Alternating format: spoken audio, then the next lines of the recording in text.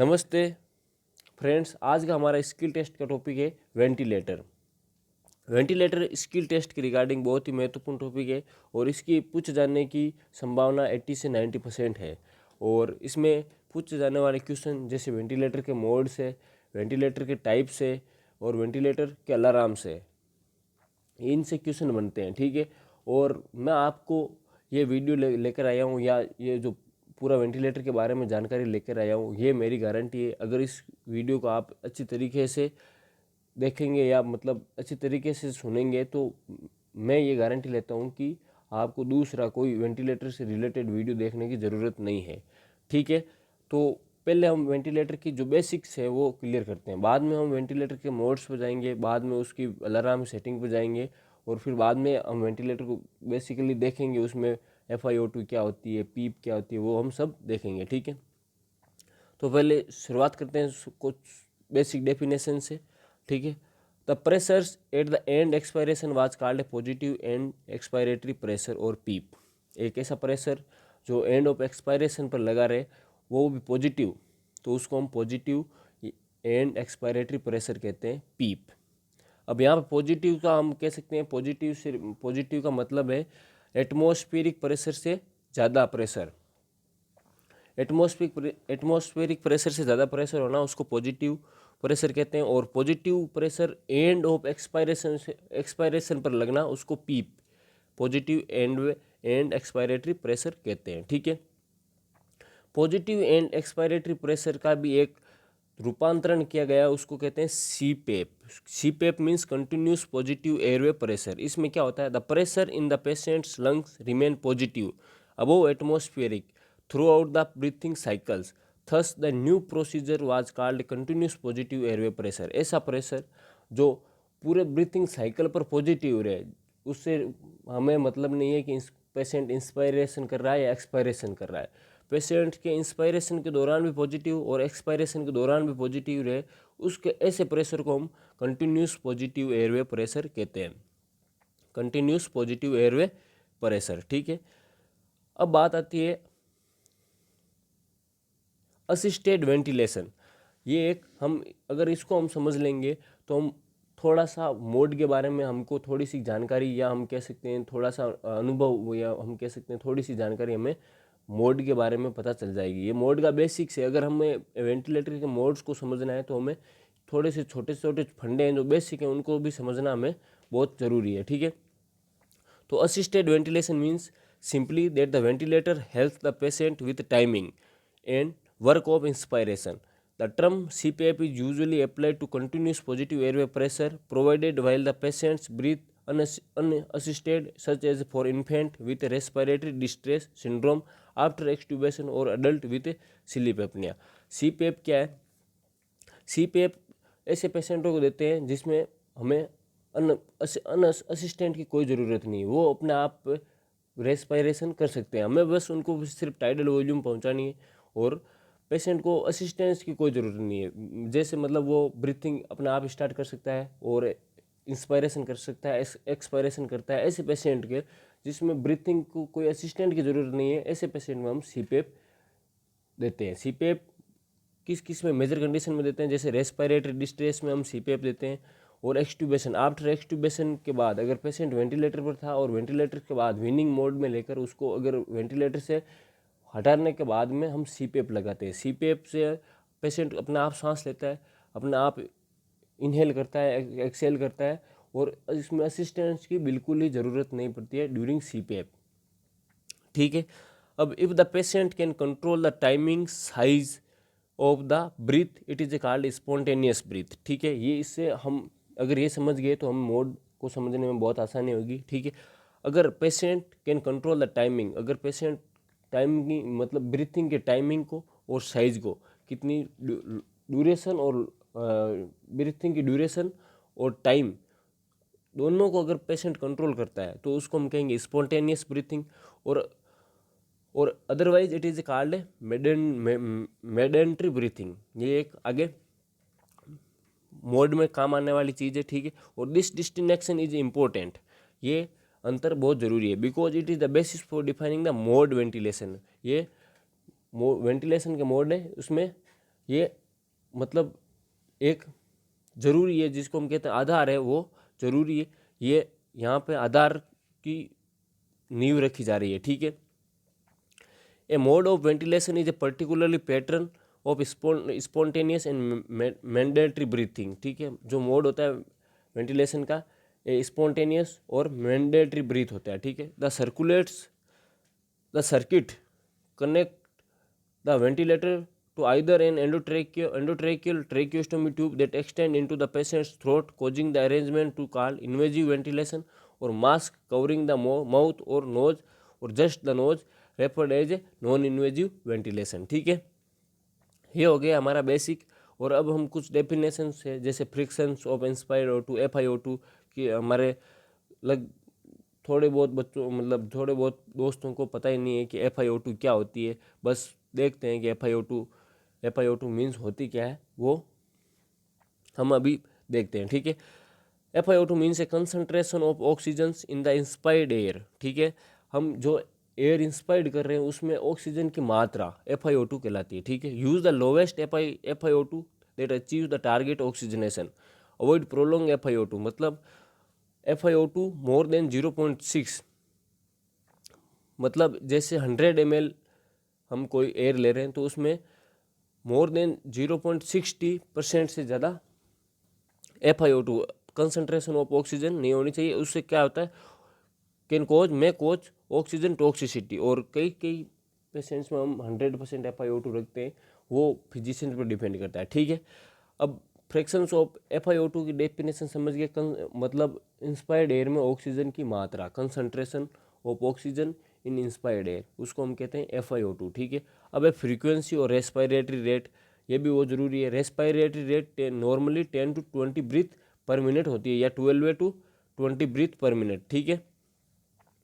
Set number of ventilator breath per minute, actual respiratory rate include the spontaneous breath taken by the patient, और मतलब actual respiratory rate हम कह सकते हैं spontaneous breathing, मतलब जब पेशेंट खुद अपना आप सांस लेता है। स्पॉन्टेनियस मतलब पेशेंट अपना आप सांस लेता है बाय द पेशेंट, ठीक है। हाइपोवेंटिलेशन में कोज रेस्पिरेटरी एसिडोसिस, और हाइपर वेंटिलेशन में कोज रेस्पिरेटरी एल्कोलोसिस। ये रेस्पिरेटरी रेट के अगर कम होने के कॉम्प्लिकेशन है, और ज़्यादा होने के भी ये कॉम्प्लिकेशन है, ठीक है। अब ट्रिगर मीन्स क्या होता है, ट्रिगर मतलब breath can be triggered by, मतलब ट्रिगर मतलब हम कह सकते हैं ट्रिगर का एक हिंदी अनुवाद हम करें तो ट्रिगर मीन्स किसी को चीज़ को स्टार्ट करना, ठीक है। ट्रिगर करना, ठीक है। टाइमर, वेंटिलेटर इनिशिएटेड ब्रीथिंग, ठीक है। अगर ट्रिगर वेंटिलेटर करता है तो उसको कहते हैं वेंटिलेटर इनिशिएटेड ब्रीथिंग टाइमर, ठीक है। Occur at the set of respiratory rate और फ्रीक्वेंसी, मतलब अगर वेंटिलेट खुद किसी पेशेंट में रेस्पिरेशन स्टार्ट करता है तो उसमें हम टाइमर सेट करते हैं। और पेशेंट्स इनिशिएट ब्रीथिंग, पेशेंट खुद अपना आप इनिशिएट करता है ब्रीथिंग को। Occur when the patients causes sufficient changes in either the pressure और फ्लो इन द सर्किट, ठीक है। मतलब अगर पेशेंट खुद ब्रीथिंग अगर स्टार्ट करता है तो हम उसमें चेंज कर सकते हैं, आइदर इन द प्रेशर और फ्लो, जो फ्लो है इंस्पायरेटरी जो ऑक्सीजन का फ्लो है उसमें हम चेंजेस कर सकते हैं, ठीक है। फिर आता है target flow of air into the lungs can target as a predetermined flow rate. हम मीन्स इसमें हम लंग्स में जो फ्लो रेट है ऑक्सीजन का या जो एयर का, वो हम प्री डिटरमाइन कर सकते हैं, जैसे पीक इंस्पायरेटरी फ्लो रेट से या प्रेशर लिमिट से। जितने हम प्रेशर अगर कम करेंगे तो ऑक्सीजन या एयर को डिलीवर होने में थोड़ा सा समय लगेगा, और प्रेशर अगर हम ज़्यादा रखेंगे तो एयर स्पीड से जाएगी, ठीक है, लंग्स के अंदर, ठीक है। नेक्स्ट है termination means signal for a ventilator to end the inspiration may be related to volume, मतलब वेंटिलेटर को एक सिग्नल लेना इंस्पायरेशन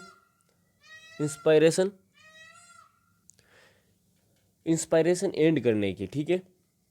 वेंटिलेटर को एक सिग्नल लेना, टर्मिनेशन मीन्स वेंटिलेटर को एक सिग्नल लेना रिलेटेड टू इंस्पायरेशन एंड करने के लिए, ठीक है, उसको कहते हैं टर्मिनेशन, ठीक है।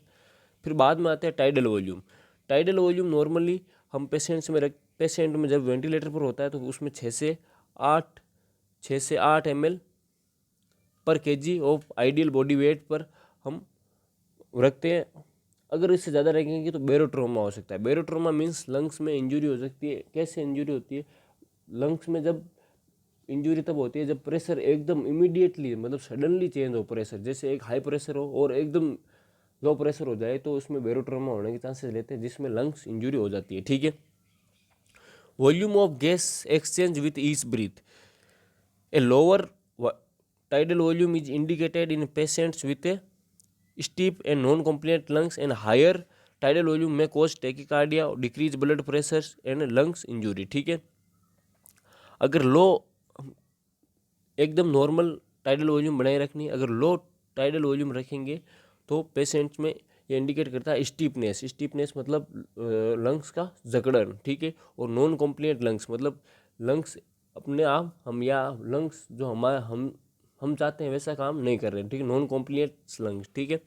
हमारे साथ मतलब वो कहते हैं हमारे साथ काम नहीं कर रहे हैं, हम जैसे करवाना चाहते हैं लंग्स के काम, जैसे हम फुल एयर उसमें इनहेल एक्सेल करवाना चाहते हैं, वो नॉन कॉम्प्लिएंट मतलब मीन्स हम सिंपली कह सकते हैं नॉन कॉम्प्लिएंट मीन्स वो हमारा मतलब हमके साथ जुड़कर काम नहीं कर रहा। ठीक है। और हायर वाइटल टाइडल वॉल्यूम में कोज टेकिकार्डिया और डिक्रीज ब्लड प्रेशर। अगर टाइडल वॉल्यूम ज़्यादा रखेंगे तो वो टेकिकार्डिया कोज कर सकता है। टेकिकार्डिया और decrease blood pressure and lungs injury कैसे कोज करेगा? अगर हम टाइडल वॉल्यूम ज़्यादा रखेंगे तो उसमें टाइडल वॉल्यूम पहुंचाने के लिए प्रेशर भी ज़्यादा रखना पड़ेगा। ठीक है। प्रेशर ज़्यादा रखेंगे तो जो ड्यूरिंग एक्सपायरेशन हमारे थोरेसिस कैविटी में नेगेटिव प्रेशर जनरेट होता है, और नेगेटिव प्रेशर जनरेट होने से क्या होता है, जब कार्डिक आउटपुट मतलब पेशेंट जब हार्ट सिस्टोल करता है तो उसके दौरान मतलब जो ब्लड जाता है उसको आसानी होती है जाने में। ठीक है। और अगर हम टाइडल वॉल्यूम ज़्यादा रखेंगे तो प्रेशर ज़्यादा होगा, और प्रेशर ज़्यादा होगा तो जो नेगेटिव थोरेसिस प्रेशर क्रिएट हो रहा है वो इतना ज़्यादा क्रिएट होगा नहीं, और कार्डिक आउटपुट कम हो जाएगा। कार्डिक आउटपुट कम होने से ब्लड प्रेशर कम हो जाएगा। ठीक है। अब माइनर वेंटिलेशन मीन्स ये इनके जो साइन है, जैसे टाइडल वॉल्यूम का VT है और माइनर वेंटिलेशन का VE है, ये ज़रूरी है। और स्किल टेस्ट में मतलब लिखित में VE लिख सकते हैं या VT लिख सकते हैं, आप खुद को पहचानना रहता है कि क्या है ये। और ये वेंटिलेटर में ऐसे ही लिखे रहते हैं, जैसे वेंटिलेटर में अगर हम स्क्रीन पर देखेंगे तो VT से मतलब हम समझेंगे कि ये टाइडल वॉल्यूम है। ठीक है। यहाँ वहाँ पे वेंटिलेटर पे पूरा लिखा नहीं आएगा कि टाइडल वॉल्यूम है, और या VE लिखेंगे तो मिनट वेंटिलेशन समझेंगे। ठीक है। ऐसे वेंटिलेटर पर ये साइन एंड सिम्टम वेंटिलेटर के दौरान हम जब वेंटिलेटर को चलाते हैं या स्टार्टिंग करते हैं तो हम ये बहुत ज़रूरी है। ठीक है। अब minor ventilation means volume of gas exchange पर मिनट। 1 मिनट में कितनी गैस एक्सचेंज हुई है वो हमें माइनर वॉल्यूम से पता चलती है, या माइनर वॉल्यूम उसको कहते हैं। ठीक है। 1 मिनट में कितनी गैस एक्सचेंज हुई है, जैसे 1 मिनट में हम 500 टाइडल वॉल्यूम रखते हैं। ठीक है। और रेस्पिरेटरी मान लो 12 रखते हैं, तो इसमें हम करेंगे इसका गुणा करेंगे तो देखेंगे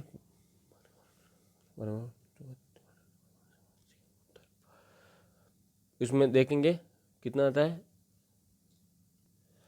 6,000 ml मतलब 6 लीटर। ये आगे हमारे मिनट वेंटिलेशन। ठीक है। Inspiratory expiratory ratio. अब इंस्पायरेटरी और एक्सपायरेटरी रेशियो क्या होता है? Normally longer expiratory phase than inspiratory phase. Normally inspiratory phase छोटी होती है और एक्सपायरेटरी फेज बड़ी होती है, जैसे इसके अनुपात भी है 1 इंस्पायरेटरी और एक्सपायरेटरी। तो इंस्पायरेटरी है 1 और एक्सपायरेटरी है 2। ठीक है। और ये नॉर्मली 1:2 से लेकर 1:3 तक हम रख सकते हैं नॉर्मली। ठीक है। अगर इससे ज़्यादा रखेंगे मतलब लॉन्गर रखेंगे तो इंस्पायरेटरी फेज अगर उल्टा हो जाएगा। ठीक है। अगर इंस्पायरेटरी फेज को ज़्यादा रखना है तो 2:1 या 3:1 ऐसे भी हम रख सकते हैं। ठीक है। अब बात आती है positive and expiratory pressure. Positive and expiratory pressure हम 3 to 10 सेंटीमीटर H2O रखते हैं। इससे ज़्यादा हम ये नॉर्मल पीप का प्रेशर है। ठीक है। इससे ज़्यादा हम मतलब पॉजिटिव एंड एक्सपायरेटरी प्रेशर नहीं रखते हैं। ठीक है। Pressure remaining in the lungs at the end expiration use to keep alveoli open. ये एंड पीप क्या काम करता है, पीप एल्वियोलाई को ओपन रखता है, ठीक है। और ये जो एल्वियोलाई काम नहीं करी, फंक्शनिंग नहीं करी, उनको भी जो मतलब एल्वियोलाई सिकुड़ गई है उसको भी वापस ये थोड़ी सी मतलब वापस मतलब ओपन कर देता है, ठीक है। एंड हाई लेवल में कोज बेरोट्रोमा, अगर ज़्यादा अगर पीप रखते हैं तो बेरोट्रोमा कोज कर सकता है।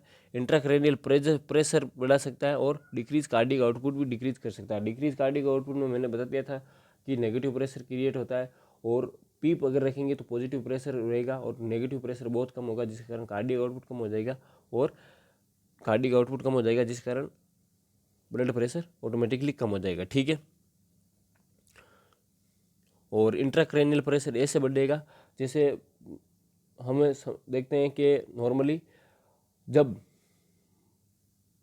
वेनस रिटर्न होता है, तब नॉर्मली वेनस रिटर्न होता है, अगर वेनस रिटर्न कब नहीं होगा, जब थोरेसिस कैविटी में पॉजिटिव प्रेशर बना रहेगा, ठीक है। और पॉजिटिव प्रेशर बना रहेगा तो वहाँ पे ब्रेन में वेनस रिटर्न, वहाँ पे वेनस कंजेशन होगा, वहाँ पे वेनस का जो ब्लड है, वो वेन में ब्लड है, वो वहीं पे स्टेसिस होगा, और स्टेसिस होने के क्या होगा, थोड़ा सा लीकेज होगा, ठीक है। लीकेज होने से जो वहाँ पे सेरिब्रल टिश्यू में है उसमें थोड़ा फ्लूइड लीक होने से वहाँ पे इंट्राक्रैनियल प्रेशर बढ़ता है, ठीक है।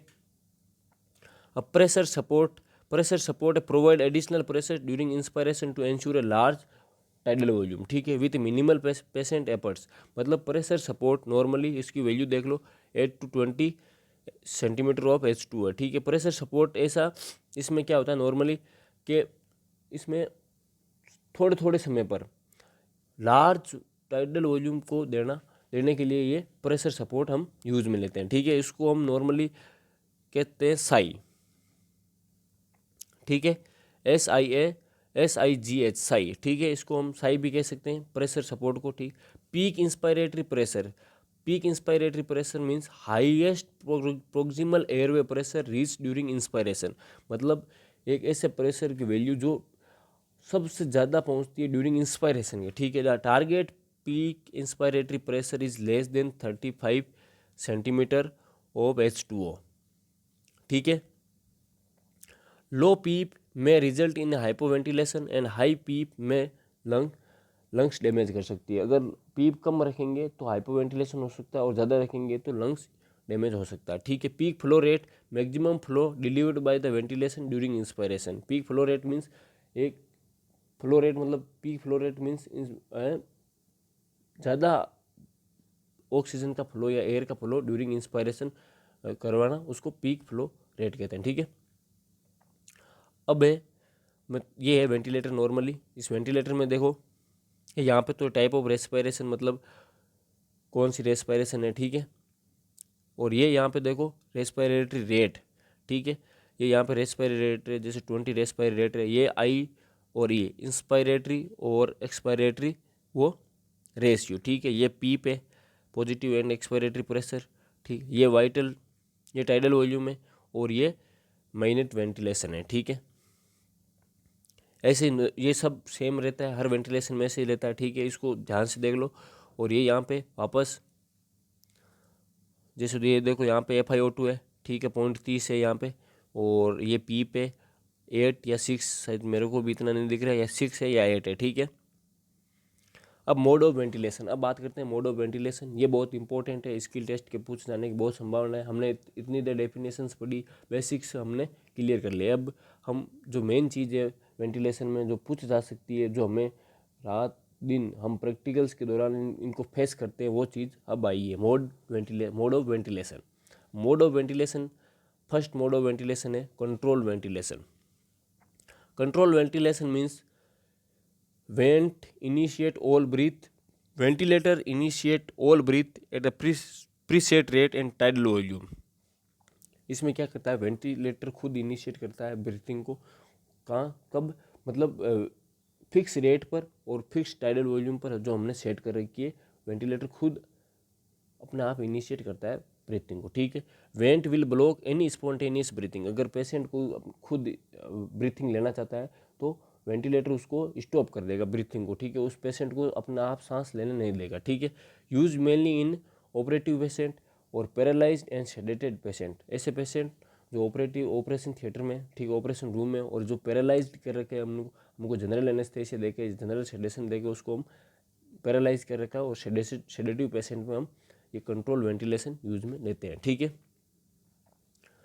फिर आता है assisted control. Assisted control, vent will allow a patient to initiate breathing and then vent will deliver a preset tidal volume. इसमें क्या करता है, इसमें वेंटिलेशन, पेशेंट अगर खुद ब्रीथिंग लेना चाहता है तो वेंटिलेटर इसको, मतलब पेशेंट अगर इनिशिएट करता है ब्रीथिंग तो वेंटिलेटर का इतना ही काम होता है कि जो टाइडल वॉल्यूम हमने सेट कर रखी है वो उसको पहुंचाना, ठीक है, और वेंटिलेटर कुछ नहीं करता, ठीक है। Machine set a minimum rate so apnoea will not occur if the patient does not initiate everything. और इसमें असिस्टेड कंट्रोल में हम एक मिनिमम जो रेस्पायरी रेट है वो सेट करते हैं, ठीक है। जैसे पेशेंट अगर हम सेट कर दी, जैसे 12 रेस्पायरेशन सेट कर दी हमने, ठीक है। इसमें मतलब अगर 12 रेस्पायरेशन तक पेशेंट लेता है तो ये वेंटिलेटर उसको खाली बस असिस्ट करेगा, उसको टाइडल वॉल्यूम देगा और कुछ नहीं करेगा। अगर पेशेंट 12 ब्रीथिंग पर मिनट से कम लेने लग गया तो ये वेंटिलेटर खुद इनिशिएट करेगा रेस्पिरेशन और खुद पेशेंट को अपनी जो टाइडल वॉल्यूम है हमने सेट कर रखी है वो खुद पेशेंट को देगा, ठीक है। ये हो गया असिस्टेड कंट्रोल मोड है वेंटिलेशन का एक, ठीक है। अब इसके डिसएडवांटेज क्या है? डिसएडवांटेज ये hyper ventilation, patient has increase respiratory rate. ये हाइपर वेंटिलेशन कोज कर सकता है। कैसे? अगर पेशेंट ने, मान लो जैसे हम देख रहे, हमने ये असिस्टेड कंट्रोल वेंटिलेशन जो मोड है हमने वेंटिलेटर पर यूज़ किया, और हमने जब यूज़ किया तो हमने जब ये लगाया वेंटिलेटर पर तो पेशेंट 16 ब्रीथ पर मिनट ले रहा था। अचानक पेशेंट ने 20 या 22 ब्रीथ पर मिनट लेना स्टार्ट कर दिया तो ये जो हमने टाइडल वॉल्यूम सेट की वो टाइडल वॉल्यूम तो ये फिक्स पहुंचाएगा, जिसके कारण अगर टाइडल वॉल्यूम ज़्यादा हो गई तो ये पेशेंट को हाइपर वेंटिलेशन कोज कर सकता है, ठीक है। वेंट डिस सिंक्रोनी और ब्रीथिंग स्टेकिंग मीन्स ज़्यादा ब्रीथिंग, एक मतलब नॉर्मल ब्रीथिंग से ज़्यादा ब्रीथिंग लेना, और वेंट्रिकुलर डिस सिंक्रोनी मतलब वेंट्रिकल के और पेशेंट्स के बीच में जो डिमांड है, जो तालमेल है, उसमें खराबी आ जाना, ठीक है, या मतलब उसमें तालमेल में मतलब कुछ कहते हैं समस्या आ जाना, ठीक है। उसको हम वेंट्रिकल डिससिंक्रोनी कहते हैं, ठीक है। या तो पेशेंट की डिमांड पूरी नहीं कर पाता है वेंटिलेटर, और यह वेंटिलेटर पेशेंट की डिमांड से ज़्यादा वेंटिलेट कर रहा है पेशेंट को, ठीक है। इसमें वेंट डिससिंक्रोनी में ये आता है, ठीक है। और ब्रीथिंग स्टेकिंग में पेशेंट ज़्यादा ब्रीथिंग, नॉर्मल से ज़्यादा ब्रीथिंग लेने लग जाता है, उसको ब्रीथिंग स्टेकिंग कहते हैं, ठीक है। अब ये देखो असिस्टेंट कंट्रोल वेंटिलेशन में ये मोड है, इसमें वेंटिलेटर में यूज़ कर रखा है। ये देखो यहाँ पे मोड बताते हैं, असिस्टेड कंट्रोल वेंटिलेशन मोड, ये यहाँ पे है, ठीक है। अब इसमें ये देखो वाइटल कैपेसिटी, इसमें ये यहाँ पे पीप बता रखा है 8, और ये FiO2 बता रखी है 0.6। अब 0.6 से ज़्यादा FiO2 देने हम नहीं देते हैं, ठीक है। नॉर्मल इसकी लेस देन 0.60 से हम रखते हैं इसको, FiO2 को कम रखते हैं, ठीक है। और ये देखो यहाँ पे टाइडल वॉल्यूम, ठीक है, ये रेस्पिरेटरी रेट, ये इंस्पायरेटरी और एक्सपायरेटरी रेशियो, ये पीप, ठीक है, ये सब, ये मिनट वेंटिलेशन, ठीक है। ये हमने असिस्टेड कंट्रोल या वेंटिलेशन का जो पूरा रूप हम मतलब जो वेंटिलेशन है हम उसको बता दिया, ठीक है। और असिस्टेड कंट्रोल वेंटिलेशन मोड भी इसमें हमने दिखा दिया, ठीक है। अब ये इसका मतलब ब्रीथिंग स्टेकिंग हो रखी है इसमें, इस वेंटिलेटर में क्या ब्रीथिंग स्टेकिंग हो रही है। अब ब्रीथिंग स्टेकिंग का हम पता कैसे लगाएंगे? ब्रीथिंग स्टेकिंग में मैंने जैसे पहले बताया था कि इसमें रेस्पिरेटरी रेट बढ़ जाती है, तो इसमें देखो रेस्पिरेटरी रेट 50 के अराउंड हो गई है, ठीक है। और 50 के अराउंड हो गई है तो इसमें हम देखो वेंटिलेटर की पहले तो रेट टाइडल वॉल्यूम है 310, ठीक है, और रेस्पिरेटरी रेट है 50, ठीक है। रेस्पिरेटरी रेट है 50 और इंस्पायरेटरी और एक्सपायरेटरी रेशियो 1:10, ठीक है, 1:10, और पी पे 3.4 cm/h2। और इसमें रेस्पिरेशन है वो असिस्टेड कर रखी है, ठीक है। जो रेस्पिरेशन का टाइप है वो असिस्टेड है, और पिछले वाले में कंट्रोल्ड थी, ठीक है। जैसे इसमें देखो कंट्रोल्ड थी, ठीक है, टाइप ऑफ रेस्पिरेशन कंट्रोल्ड है, और इसमें हमने असिस्टेड कर रखी है, ठीक है। अब फिर आती है सिंक्रोनाइज इंटरमिटेंट वेंटिलेशन। ये मोस्ट कॉमनली यूज मोड है सिंक्रोनाइज इंटरमिटेंट वेंटिलेशन। इसमें क्या होता है, similar to assisted control ventilation. ये एक मतलब हम कह सकते हैं कि असिस्टेड कंट्रोल वेंटिलेशन से एक सिमिलर मतलब एक जैसे ही है, ठीक है। बट इसमें patient can take own breath with their own tidal volume and between the mechanically assisted breath, ठीक है। इसमें क्या होता है, पेशेंट मतलब हम असिस्टेड कंट्रोल वेंटिलेशन की बात करें तो इसमें असिस्टेड कंट्रोल वेंटिलेशन में हम जो वेंटिलेशन हमने टाइडल वॉल्यूम रेट सेट की थी उसको वेंटिलेटर देता ही देता है, चाहे उसमें पेशेंट की डिमांड को हम नहीं देखते हैं, ठीक है। लेकिन सिंक्रोनाइज्ड इंटरमीडिएट मेडेंट्री वेंटिलेशन में क्या है, इसमें पेशेंट अपने आप खुद एडजस्ट करता है। टाइडल वॉल्यूम अगर पेशेंट को ज़्यादा चाहिए तो पेशेंट ज़्यादा लेगा, अगर कम चाहिए तो पेशेंट कम ले सकता है, ठीक है। इसका ये फ़ायदा है, ठीक है। लेकिन can be use A primary mode और विनिंग मोड। ये विनिंग मोड में हम जब पेशेंट थोड़ा सा इम्प्रूवमेंट दिखाने लगता है, ठीक है, तो हम विनिंग मोड एक्टिव करते हैं। विनिंग मोड में क्या करते हैं, पेशेंट को हम असिस्टेंट या असिस्टेड कंट्रोल मोड को हटा के इस मोड में डाल देते हैं, जिससे क्या होता है हम देखते हैं कि पेशेंट खुद रेस्पिरेटरी इनिशिएट कर रहा है नहीं कर रहा है, या पेशेंट खुद अपना आप रेस्पिरेशन ले रहा है नहीं ले रहा। विनिंग मोड एक हम कह सकते हैं मतलब वेंटिलेटर से पेशेंट को हटाना, उसको हम विनिंग मोड कह सकते हैं, ठीक है।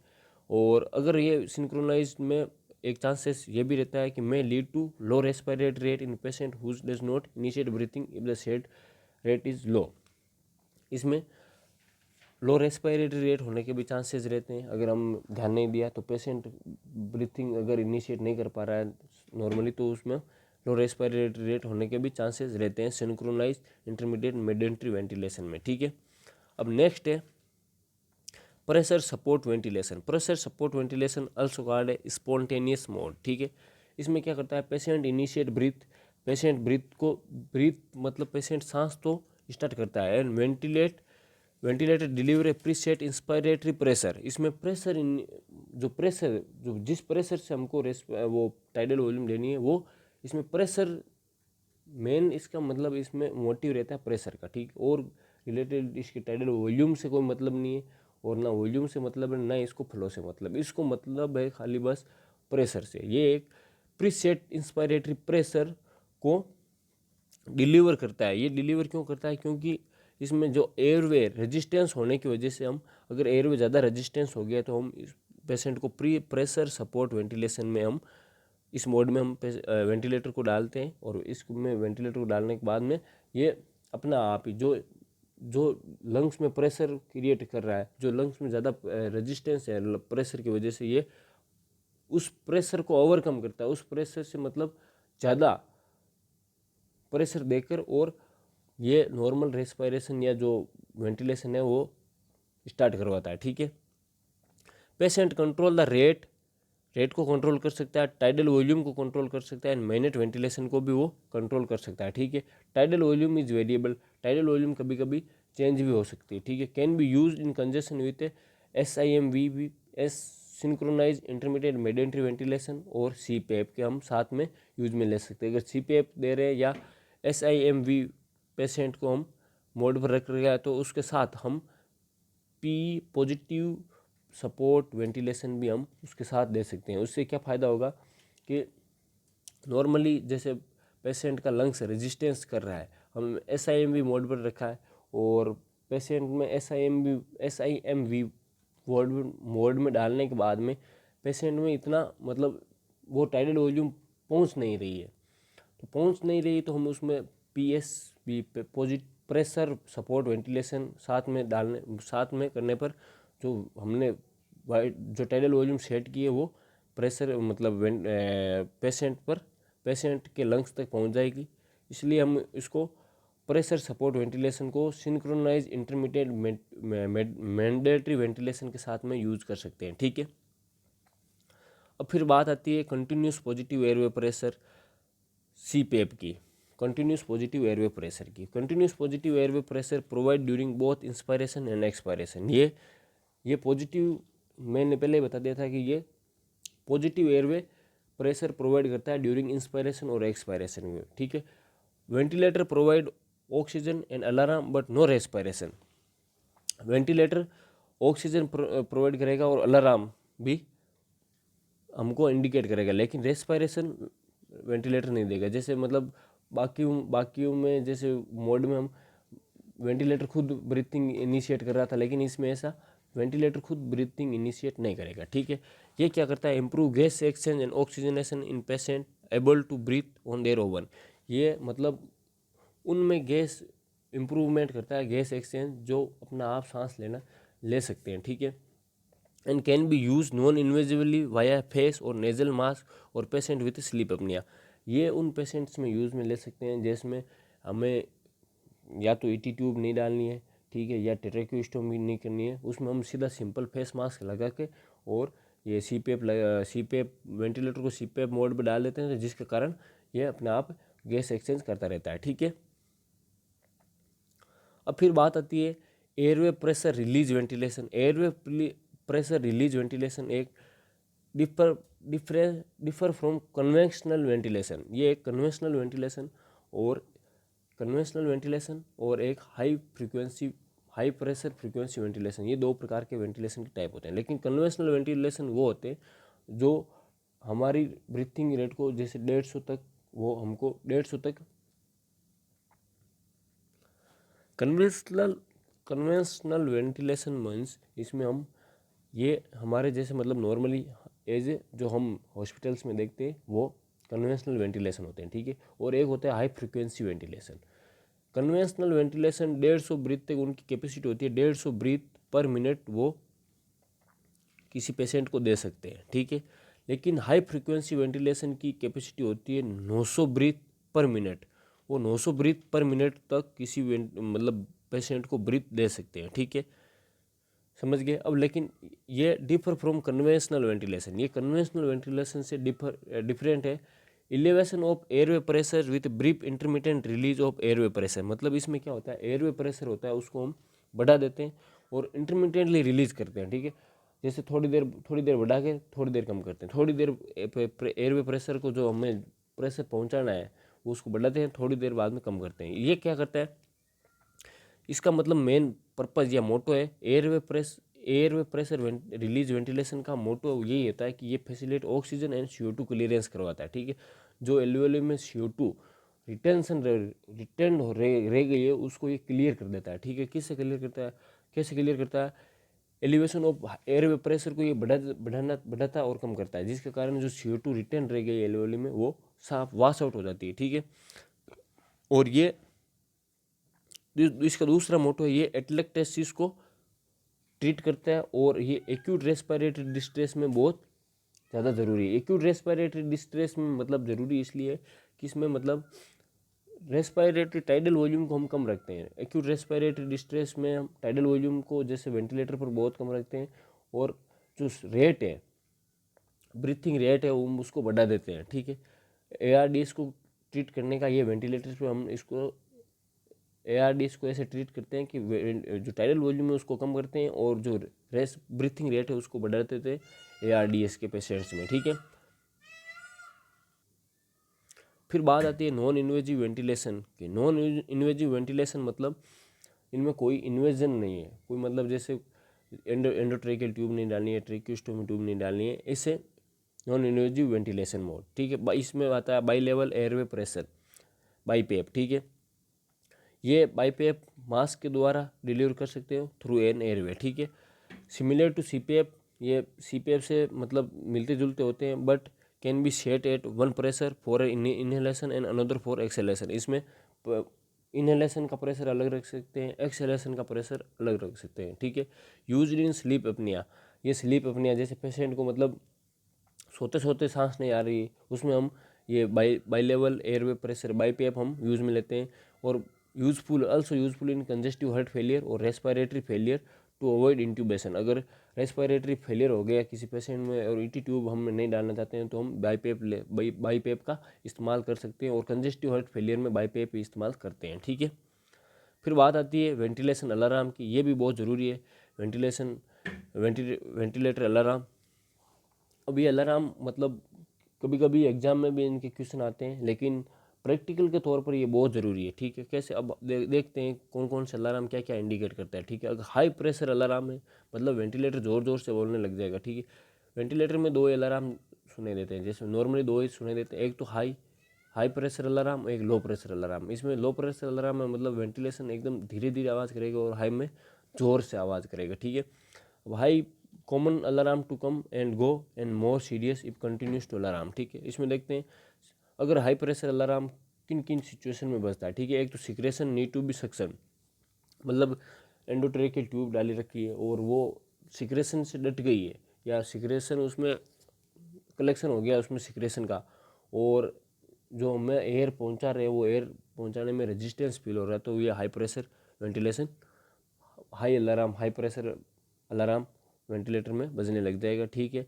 और अगर किंक हो गई ट्यूब, मतलब किंक मतलब जैसे पिचक गई है ट्यूब, जो वेंटिलेटर की ट्यूब है वो पिचक गई है या किसी के कारण डट जाना, उसके दौरान भी ये हाई प्रेशर अलार्म हमको क्रिएट करता है वेंटिलेशन में, ठीक है। और दूसरा है जैसे ईटी ट्यूब, मगर माल पोजीशन ऑफ ईटी ट्यूब की माल पोजीशन, मतलब ईटी ट्यूब अपनी जगह से हट गई है, या ईटी ट्यूब इसोफेगस में, या ईटी ट्यूब लेरिंग से ऊपर आकर इसोफेगस में चली गई, इसमें भी हमें माल पोजीशन में भी हमको हाई प्रेशर वेंटिलेटर अलार्म सुनाई देता है, ठीक है। अगर पेशेंट ईटी ट्यूब को बाइट कर रहा है या फाइटिंग विथ पेशेंट, कभी कभी ऐसा होता है कि पेशेंट मतलब जो वेंटिलेटर ब्रीथिंग दे रहा है या इंस्पायरेटरी ब्रीथिंग दे रहा है, वो पेशेंट रेजिस्टेंट करता है, इसके दौरान पेशेंट में अगर ये फाइटिंग विथ वेंटिलेटर, पेशेंट अगर फाइटिंग विथ वेंटिलेटर है या बाइटिंग कर रहा है ट्यूब को, तो उसमें भी हाई प्रेशर अलार्म सुनाई देता है, ठीक है। ब्रोंको स्पाज्म में हाई प्रेशर अलार्म सुनाई देता है। न्यूमोथोरेक्स हो जाने पर हाई प्रेशर अलार्म पेशेंट में बजता है, ठीक है। डिक्रीज कॉम्प्लियंस, अगर ARDS मतलब कॉम्प्लियंस मतलब जैसे हम कह सकते हैं कॉम्प्लियंस एक पॉजिटिव वर्ड है, इसमें मतलब पेशेंट अगर कॉम्प्लियंस लंग कॉम्प्लियंस मतलब पेशेंट ठीक होने जा रहा है, ठीक है, लेकिन इसमें डिक्रीज हो रहा है कॉम्प्लियंस, मतलब पेशेंट की स्थिति गंभीर हो रही है, इस दौरान भी हाई प्रेशर अलार्म क्रिएट होता है, ठीक है। वाटर इन ट्यूबिंग, जो ट्यूब होती है जो वेंटिलेटर को और वेंटिलेटर को पेशेंट से कनेक्ट करती है, अगर उसमें वाटर कलेक्शन हो गया तो भी हाई प्रेशर अलार्म सुनाई या बजता है, ठीक है, वेंटिलेटर में। अब है low pressure alarm. Low pressure alarm tubing disconnection from went, वो जो ट्यूब है जो अलार्म जो पेशेंट को और वेंटिलेटर से कनेक्ट करती है वो डिस्कनेक्ट हो गई है वेंटिलेटर से, तो लो प्रेशर अलार्म क्रिएट होगा। और leak in cup and tubing connection, अगर एयर लीक हो रही है कहीं से भी, अगर जो ट्यूब है उससे एयर लीक हो रही है तो लो प्रेशर अलार्म क्रिएट होगा। और एक्सट्यूबेशन, पेशेंट अगर एक्सट्यूबेट कर गया तो मतलब इंट्यूबेशन मतलब मीन्स इंट्यूबेट, पेशेंट में इंट्यूबेट करना, और एक्सट्यूबेट हो गया पेशेंट तो भी हमें लो प्रेशर अलार्म क्रिएट होगा, ठीक है। Also alarm for tidal volume, rate, temperature and O2। अब ये देखो नॉर्मल ये एक वेंटिलेटर है, ठीक है, ये वेंटिलेटर जैसे इसको यूज़ में नहीं ले रहे, ठीक है, ये विदाउट यूजेज वेंटिलेटर है। अगर यूज़ में लेते तो इसमें जैसे ये देखो प्रेशर, ये फ्लो रेट है ये बताता, ये वॉल्यूम बताता, और ये प्रेशर, ठीक है, ये फ्लो रेट लीटर पर मिनट में बताता है, ये प्रेशर सेंटीमीटर H2 में बताता है, और वॉल्यूम ml में बताती है, ठीक है। इसमें जैसे देखो ये यहाँ पे FiO2 इसमें यहाँ पे दे रखी है, ठीक है। और ये यहाँ पे इसमें ये दे रखा है पीप, ठीक है। और ये पीप है, और ये अगर ये स्टार्ट हुए रखता है, इसकी जैसे इसका मोड कौन सा है, वेंटिलेटर का मोड कौन सा है, CPAP विथ PAC पॉजिटिव,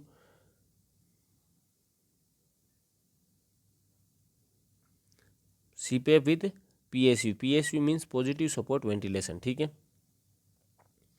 बाद में फिर ये देखो यहाँ पे ये इसमें कौन सा मोड है, SIMV, ठीक है, इसमें SIMV मोड है। और इसमें देखो सब दिखाई दे रहा है, ठीक है, जैसे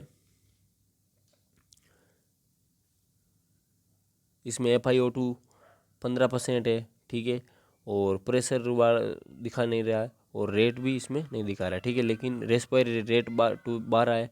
वॉल्यूम जो FiO2 है नहीं, वो रेस्पिरेटरी रेट नहीं, इसमें देखो ये पीप ये यहाँ पे दिखा रहा है, ठीक है। और FiO2 100 है।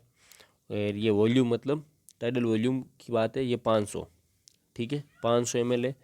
और अगर यहाँ पे 1 0 होती तो 1000 लीटर चली जाती, ठीक, 1000 ml चली जाती, 1000 ml मतलब 1 लीटर, ठीक है। और ये पीक फ्लो रेट है, ठीक है, अलग अलग इसमें दे रखे हैं, ठीक है। ये इसमें वापस सेंटीमीटर ऑफ H2O, ये लीटर पर मिनट, ये फ्लो रेट बता रहता है यहाँ पे, ठीक है।